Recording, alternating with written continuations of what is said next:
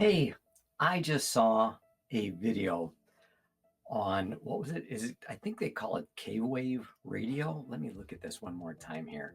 K-Wave Radio is the YouTube channel, and the title to the interview for what this segment they call, I think if I understand right, the whole segment is called Pastor's Perspective. It's on K-Wave Radio, which is their YouTube. I don't know if it's streaming live, could be something like that. Either way, it was absolutely wonderful. I enjoyed it so much hearing these guys talk. And I thought I'd throw in my commentary because, well, darn it, I'm not one of those 4 pastors that were invited to talk on there, which is good because I'm not a pastor. I've said it many times. I'm not a pastor, a priest, a prophet. I'm not a rabbi. I'm nothing. I'm just a guy on YouTube. So anything I say, check it. But anyway, these guys are pastors. And I watched a couple other things, popped around, surfed. I thought they were delightful. I don't get to use that word often, delightful. I'm glad I got to use it today. So let's get a look at these guys. I'm going to go here. I'll start rolling it. Of course, I'll pop in and do my my non-pastoral, unqualified commentary. So let's bring them up. Where's that? It's right here. Oh, here it is. Yay. Hit play. What Deborah's question from Georgia. She wants to know about the diet of the human race after the Garden of Eden. How can we help you, Deborah? What point after the fall of Adam and Eve, if God had intended us to be vegetarians, and how was it decided that we were able to eat meat? And I guess kind of like a little bit of the background for that. Okay. All right, so they take call-in questions. At first, I was under the assumption that they only took write-in questions. But this is where it got fun because one of the dudes on the thing is a vegetarian. So I was like, oh, this will be fun. And then, I'm spoiler alert. I just spoiled it. Okay, I'll shut up and let them say it. Okay, so Ben. Okay, here we go. Everyone's going to disagree with me, so I'm saying that right out of the gate. Me and my dad have debated. So I've had good practice. I've had good practice. So basically, this is my thought, okay? So Calvary Chapel Costa Mesa, this is by no... What's that? What do they say sometimes? Like, you know, this company does not support the opinions expressed in this. Yeah. Okay, yeah, so the opinions of Ben Corson. Yeah. He knows that he's walking on shaky ground here because he's going to talk about diet, and with 99% of the world, 98 maybe, but more likely 99%, all being meat eaters, they're not going to like hearing what he has to say. So I guess he's making sure he separates himself from the church that I'm going to guess that he pastors at. Smart move. Okay, back to what he said. From the man himself. We go. Okay, number one. The word, the phrase "the fall" isn't actually in the Bible, right? Theologians use that to explicate and explain what happened. Number two. Or Judas fell headlong. Okay, there you go. No. And I'm so glad he said that. I use the term "the fall" quite a bit, and yeah, the fall is not in the Bible at all. If you ever hear it, it's kind of like an interpretive label for when the loss of innocence happened back in the Garden of Eden when Adam and Eve disobeyed God. Everybody say, oh, when they ate the apple. Well, what the apple signified was a disobeying of God. It was them saying, nah, God, we want to do things ourselves. We want to be us. And it was just, that's what it was. So I think we come to the fall, and I'll get into the rest later, but I want to hear where he goes with this because I think that's great that he said that. I like little things like that, little Bible things like that most people just don't even catch. So cool. Eutychus fell out. Eutychus fell out of the window. Okay, besides Eutychus and Judas. Well. Okay, so in the Garden of Eden, actually I talked to my brother about this and he brought up a brilliant point. I said, well, remember, Peter, in the Garden of Eden, when there actually some scholars believe that they didn't have to wear clothes because the glory was so thick around them, so palpable and palatable. That part is a little bit embarrassing to me. Okay, why do Christians have this thing about nudity where they are so offended by it that they think God has to be shielded from naked Adam and Eve? A husband and wife being naked in front of each other is no problem. God gets to walk with them and commune with them and hang out with them. God made them naked, but for some reason, Christians don't want to let go of the word nudity. And it's like, even before sin entered the world, for some reason, this guy's given excuses on how they can be naked in front of God. God made them that way. He knows they're naked. He sees us naked. God sees us when we poop. He made us beings that can poop. Okay? He sees us when we're having sex. He sees us when we're alone having sex, if you know what I mean. Sin and boning, don't want to go there. Kidding, joke. But he's saying the glory was so thick, like they didn't have to cover themselves nude, but it's cute to see how sheepish a grown man like him, a pastor, can be in a moment like that. So let's just go back. Like palpable that you couldn't, like, that worked as your clothes. And I said, Peter, remember, like, to my brother, remember how in the Garden of Eden, man and beast were dwelling at peace together. And it's really cool because Jesus walked in the wilderness with animals. He was at peace with the animals in Jeshimon. And the word Jeshimon, it was the devastation desert. And Eden can mean desert or delight. So Adam, he turned the delight into a desert, whereas Jesus turned the desert into a delight when he was like turning it into Eden, hanging out with animals. The animals were ministering to him when he was tempted for 40 days. So here's what I was pointing out to Peter. I said, in the Garden of Eden, they didn't kill animals. Like, obviously they were plant-based. And he said, where does it say that? And I'm like, well, that's actually a good point. It doesn't actually say in the Garden of Eden that they weren't killing animals. However, this is my... Yeah, it doesn't say that they weren't, but you can't read just one verse. I say that quite a bit. And sometimes you can't just read one chapter or even one whole book. The Bible is an ongoing revelation of God. And when you read the entire thing, some of the things that get left out a little bit empty here in Genesis get filled in later on, like in Romans, like the 5th chapter, when Paul says that, therefore, just as sin entered the world through man, death entered the world through sin, and in this way death came to all people because all have sinned. I should memorize that. Either way, it's the Apostle Paul saying that death entered the world through sin. And since sin didn't hit the world until that moment when they ate the apple and rejected God, well then, that's part of the reason why we would assume there was no death in the Garden of Eden prior. So let's go back to this. This is my thing. The whole argument that people make for it, because I'm a vegetarian. I've been a vegetarian for over a year, and it's for ethical purposes. I don't believe in killing animals. And people say, well, wait. Okay. I know every activist that's watching this wants to jump down this guy's throat when he says he's vegetarian because it's an ethical thing and he doesn't want to hurt animals. Yeah, it's vegetarians hurt animals a lot. But I think this guy is sincere. He just doesn't know it. He's not making the connection. So is he wrong? Yes. But I would ask the watchers, the listeners, to cut him a little bit of slack. He probably doesn't realize that cows are killed, sexually molested, have their lives cut short at just a fraction of what their lifespan should be.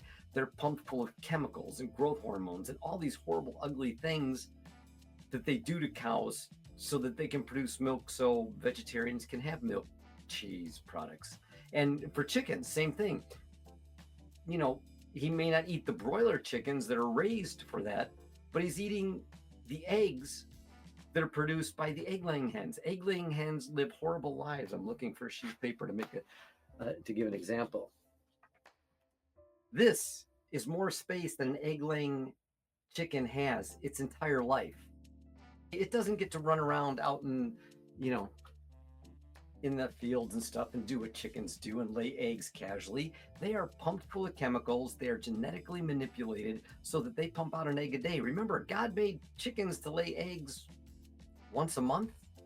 Maybe they might do a small clutch every 6-7 weeks or something like that. And then they'll raise those. They won't do more. But they've been so genetically manipulated. They are pumped full of so many things that hurt them and bring about physical pain. It makes them pass an egg every day. And if you don't think it's painful for them, ask any woman. every 28 days, if that's pleasurable. Because that's what a chicken's going through. It's not exactly the same, but a chicken doing an egg is kind of like a woman having a period. So forcing a chicken to do that is definitely not a godly thing to do. And then, of course, when they get to be a certain age, I think it's only a few months, to be honest. I think maybe 6 months. I've forgotten, which is not good. I should have investigated that first. I'll see if I can't look it up and then put it in here somewhere. But they're killed, I think, around the 6-month point because their bodies are so wiped out from producing so many eggs that they're just slaughtered. So again, chickens and cows die because of vegetarians. And then not only do they die, but they live horrible, horrible lives. Dairy cows are constantly sexually molested to produce babies. Because when the baby's taken away, the mom's producing milk. Humans want that milk. Right? And they don't catch that. And cows don't give milk unless they're pregnant. I did a whole video on this. Maybe I'll put a card in it up here. I think is where it's going to go. Or I'm still having that problem, aren't I? So this guy doesn't know that a vegetarian is responsible for the death of cows, the death of chickens. Vegetarians are essentially pig lovers because pigs don't get hurt by vegetarians, which kind of sounds like the Old Testament Jews. But all right, let's go back to this. I went off on a tangent there. Wait a minute. The whole sheet coming down from heaven and Peter's in a trance on the Simon the Tanner's rooftop, and he sees the creatures, up and down on the blanket crawling, and God says, rise, Pete, kill and eat. Don't call unclean what I've called clean. But my whole point is that was a metaphor for the context of what Peter was struggling with, which was calling Gentiles unclean. I'm so glad he said that. That's exactly the way not exactly. That is what I talked about in the book. If you read that rise, killer, Peter, kill and eat. Okay, that happens. If you read to the end of the chapter, you'll hear Peter describing the vision. Remember, that was just a vision he had when it said rise, kill and eat. It wasn't an actual thing going on. And he's explained later on when he was talking to some non-Jewish people were called Gentiles, and they weren't supposed to hang around together. Jews and Gentiles couldn't hang. So he was explaining to these people, he's like, no, we can hang now because I got this vision from God, and it's letting me know that there is no more clean and unclean. We're all equal. See, he didn't see it as an okay to eat animals. He saw it as in God taking away those barriers between Jew and Gentile. It was, God's treating us all in the same way. I'm so happy to hear him touching on that. This is great. It didn't have to do with pure, Levitical ceremonial eating laws. So that's sort of my thought on it. What do you guys say? I think it's wrong to kill animals and eat. Okay, he explained it much better than I just did. What about fish? Okay, so Jesus, I know, that's a pescatarian. Okay, wait, hold on. He knows the word pescatarian, too. It never says for sure that Jesus ate them. He would multiply what was given to him, but it doesn't. So he was a hypocrite. He fed others, let them eat, and he didn't join the party. I have some holes here. I'm still trying to perfect my apology. Okay, I'll go on to that. They're talking about the multiplying of the loaves. I would say I can go into a really long thing here, and I'm already 14 minutes into this. This is going to be 30, 40 minutes before I'm done, I'm sure, and I don't want it to be. One of the things you might want to do, check out Christspiracy. They go really in depth about the use of the word fish that was in there for the sake of, so we can move forward quickly. I'm just going to say, when Jesus talks about the story, remember how Peter talked about the story in Acts chapter 10? When Jesus talks about the multiplying of the fish, he recounts it, he retells it, and he never mentions the fish. There's a lot of people that think him multiplying the fish was an addition later on, and it never really happened that way. Then there's also the other thing is when Jesus said, we're going to feed the people, he said, what have we got to eat? He said, can you go get bread? And the guy's like, we don't have enough money for bread. It was all about bread. And then, is it in John when one of the descriptions says to him, we got some kid here who brought 5 barley loaves and a couple of fish. So it wasn't that Jesus traveled with fish and the apostles had fish on hand that Jesus was just going to multiply to feed everybody. It was just Jesus working with what the people had. And in a fishing town, it wouldn't be unusual for somebody to have fish, but to carry fish around with you like that, it doesn't last. Remember, they're way out far away. They didn't have coolers. They didn't have, Coleman camping equipment. There was no way to keep fish fresh. I am doing that so much lately, slurring my words like that. It's kind of funny. Let me get back to him. Okay, you got a basic idea. Go read Conspiracy. I'll put a link into here on. Oh, also another one who did a great job on this is Craig at Creation Care Church. I'll see if I can't put a card up here. It's that dyslexic stuff. I don't know what side I'm talking to or what side I'm on. Just hit play. Also, Ben, you have to also factor in the Passover lamb, because the Passover lamb, you ate it, and it was part of the Passover. You couldn't fully celebrate the Passover if you decided, well, I'm going to do everything, but I'm not going to eat the lamb. Okay, you ready for this, Brian? I am ready. Okay, in Bethlehem, you know how some scholars believe that in Bethlehem, when the angel came to the shepherds, peace on earth, goodwill toward men, that they were looking over the sheep that would be sacrificed in the temple, because Jerusalem had the lambs that were sacrificed in Bethlehem. That's where the shepherds tended them. So that the Lamb of God would be born to take away the sins of the world. His temple would be destroyed, 3 days later, raise it up again. So they would be out of a job because they wouldn't have to raise lambs to be sacrificed in the temple, because in the next generation it would be destroyed by Titus. So my point is that Jesus put an end to the whole killing of animals. He's the Lamb of God who takes away the sins of the world. Well, he did, again, good points. He's got the vegetarian mindset, so he's not really there, but he's doing great, and I'm really happy about that. What am I trying to say? When we read the Bible, it's really all the information we need. But if you really want to get into it, there's a lot of other books that are out there that are not equal.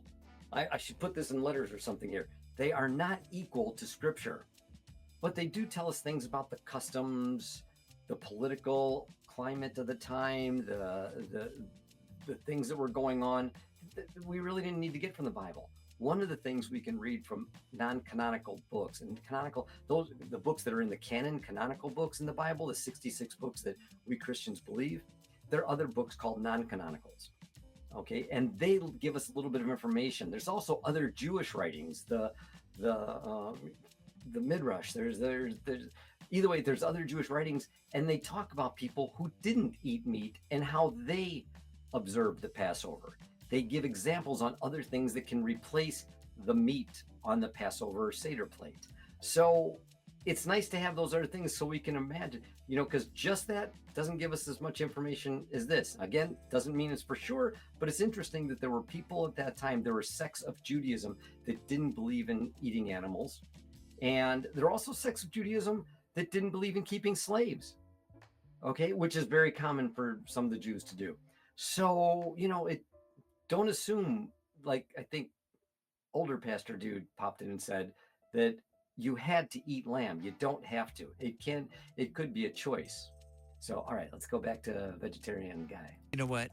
I like animals myself too. Me too. And I'm not a big fan of killing them, but you do have to eat them, and you can't eat them while they're alive. Unless you do. Hold on, Mr. Older Pastor dude. Hold on there. No. He said, but you have to kill them. You have to eat them. No, you don't have to. Look at me. I'm alive. I got friends that have been vegan for 30 years. They're alive. Throughout history, there have been millions of people, Christians, non-Christians, atheists, Buddhists, Mormons, whatever, who chose not to eat meat for whatever reason in their life. You don't have to kill them because you don't have to eat them. Eating is a choice. And as I keep pounding all the time with my clobber question, the question is, if you have a choice of food from death or life, what should a Christian choose? I'm not saying you can't eat meat according to scriptures. I'm saying you got a privilege that in the 21st century Jesus didn't have in the first century. Use your privilege. Be responsible with the amazing technology we have that allows us to not cause harm and still enjoy wonderful food. Okay, let's go back to them. No, you don't have to kill them because you don't have to eat them. Roll them. The lobster now. The whole eating thing, though. I'm a vegan, So, no, I'm just kidding. Oh, I was like, no way. I'm not alone. No. Okay, that wasn't nice. Okay, he's goofing, but when I hear this, when I'm doing activism and I hear jokes like that, it's because they're feeling uncomfortable. He wants to. My guess is he's going to try and justify himself right now. So let's see where he goes. You know, I'm a carnivore, practicing carnivore. Okay, now, when somebody says they're a carnivore, first off, that is a lie. He's not telling a lie. He just doesn't know the full truth. So I'm saying it's a lie because we're all just talking here. But if I was to talk to him, I go, do you really think you're a carnivore? Because carnivores are animal. Like, I ran a reptile rescue. Snakes are carnivores. You can give a snake a head of lettuce, it's not going to eat it. You can give a snake a banana, an apple, a salad, it's not going to eat it. A snake is an obligate carnivore. It has to eat other animals to survive. It doesn't have a choice. You, sir, are not a carnivore, as you just claimed to be. You are a carnist. Now, carnist is a word that was given to people who eat certain animals. I mean, this guy is not looking at a dead roadkill, you know, a rabbit on the side of the road or a skunk that got hit by a car and going, yummy. A carnivore would. You see, are you seeing the difference? So I would say to this guy, hey man, let's learn that definition. And I think it would change that too, because he's all giggly about it after he says that, almost as if by saying he's a carnivore, it justifies his eating animals. Like, oh, I'm a carnivore, so I can't eat animals. It's not true, man. You're a carnist. A carnist is a person who chooses to eat specific animals. And even at that, you just eat the tasty parts. You don't eat, I was going to say, you don't eat the butthole, you don't eat the eyeballs, but you ground it up and stick it into a tube of sausage and spice it with some vegan herbs and things. You will eat it, but that just shows how messed up we humans are. But I think this guy's uncomfortable, but I think that's a good sign, isn't it? Okay, roll him. I gotta say though, there's moments like, for example, there's no doubt that some of the animals, there's mistreatment. And so I can say that I respect your convictions on that. Like debeaking chickens and stuff. Well, I hate what's happening with this. I think there's animals that are abused and some of that stuff. And I think we should definitely, as stewards of God's earth, care about making sure, that the processes are good. But, So this is where I see a blindness. And I think this guy's, I like him. I think his joking around shows that he feels uncomfortable with it. And I think his brain is right now just scrambling, trying to figure out what to do. He is admitting he knows it's bad. Listen to what he said. I mean, I could rewind it, but I don't want to make this any longer. He knows what's going on to animals in factory farms is totally unapproved by God. Let's use that word. God would look at that and go, no. He knows that. Here comes the difficult part. He still purchases those products. He still knows animals are abused and he purchases those products. He still knows animals are sexually molested by human beings, bestiality, and he still purchases them. He knows those things contribute to the destruction of the planet and he still buys those things. You see what I mean? That's why Christians, they get lappy like this and they all, and they hang around with their own kind. So that one guy down in this corner over here, Mr. Vegetarian Pastor guy, he's making them feel uneasy, and that's what I see from them. The conversation would be totally different if it was just 4 carnists up there. Regard your beast with kindness, that proverb. Regard your beast with kindness. That the Bible says that a righteous man cares for the needs of his animal. Yeah. But when I think about my food, the next line in that, but even his kindest mercy is wicked. That's the rest of that verse. And it is. It's almost like you think you're doing good. They think that by killing the animals humanely, they're doing a kindness, but even their kindness is wicked because that animal doesn't want to die. Oh, that's a great verse. That's Proverbs chapter 12. A lot of times I'm going, man, I'm just eating flavored death because that's all meat is, right? What a great, see, it's so true. He knows it. He's eating flavored death. First off, I haven't heard it called that. That is totally cool. I love that name, flavored death. Oh, wonderful. Flavor death. How do I want to flavor That's what I'm death? saying. And Isn't that makes isn't me that uncomfortable. Like, isn't that a punk band or something? What's the name of the punk band? It definitely sounds like, you know, Rage That Against the we'd see Machine. at a tattoo parlor. Yeah. so let's get together and have some kale and chia seeds. What do you think, Brian? Yeah. No, I'm gonna stick with the Carne asada? I was going to say, But I respect Ben. I respect Ben's vegetarianism. There's not very many vegetarian pastors, are there? I don't. Okay. It's a personal pet peeve of mine. I guess I have a lot of them. This is just another one then. When they say, I respect your veganism. Of course you do. Why wouldn't you? It's like, you know, if somebody said to me, hey, I'm a father of 3 kids and I work a full-time job and I do all this stuff to support my wife and my children. You're doing what a dad should do. I have some respect. I have respect for you, but I wouldn't say it's a special respect because you're just doing what you're supposed to do. If you made kids, you're supposed to do it. But if you said, I'm making this up as I go along, this might not be a good analogy, but if you said, I work 1 Saturday a month to, you know, overtime to raise money for other people's families, I would say, I can respect that, man. That's good. You go above and beyond. You know what I mean? Not killing animals. I don't want your respect for not hurting animals. I'm just doing what I should be doing. Like a dad raising his kids. I'm just doing what a Christian should do, which is not cause unnecessary harm. It's not a hard gospel to preach. Don't hurt things if you don't have to. We're not stuck on a desert island when there's nothing to eat but other animals. We live in America. I'm assuming these guys are in America. Or even in other countries, Australia, Mexico. I mean, we get food from all over the place. We don't need to cause death. Okay, let me go back to him. Thank you for respecting him, but it almost sounds condescending in a bit, doesn't it? What do you guys think? Let me know. You and Evan Wickham. Evan Wickham is. Oh, Evan's vegan. Okay, I'm going to text him then. I don't know who this Evan Wickham guy is, but I'm going to look him up now. Yeah, I'm gonna. He's actually vegan, which is I'm gonna ask him for more a priori logic behind this. He'll help. Yeah, I'm sure he's got a philosophy on it. so there's a pastor's luncheon at Calvary Chapel, Costa Mesa on Friday, March 6th. What's on the menu? I mean, you know. Well, do we have we didn't provisions invite for... Ben. Okay. So now I know what's on the menu. We're gonna have carne asada. Yeah, that's right. Yeah, the year I'm there, they make sure to just have like kale sandwiches and stuff. Yes. All right, so let's go back to the phones. We will go to Becky in Riverside. Hi there. Okay, they're going to go on to another caller. Holy smokes.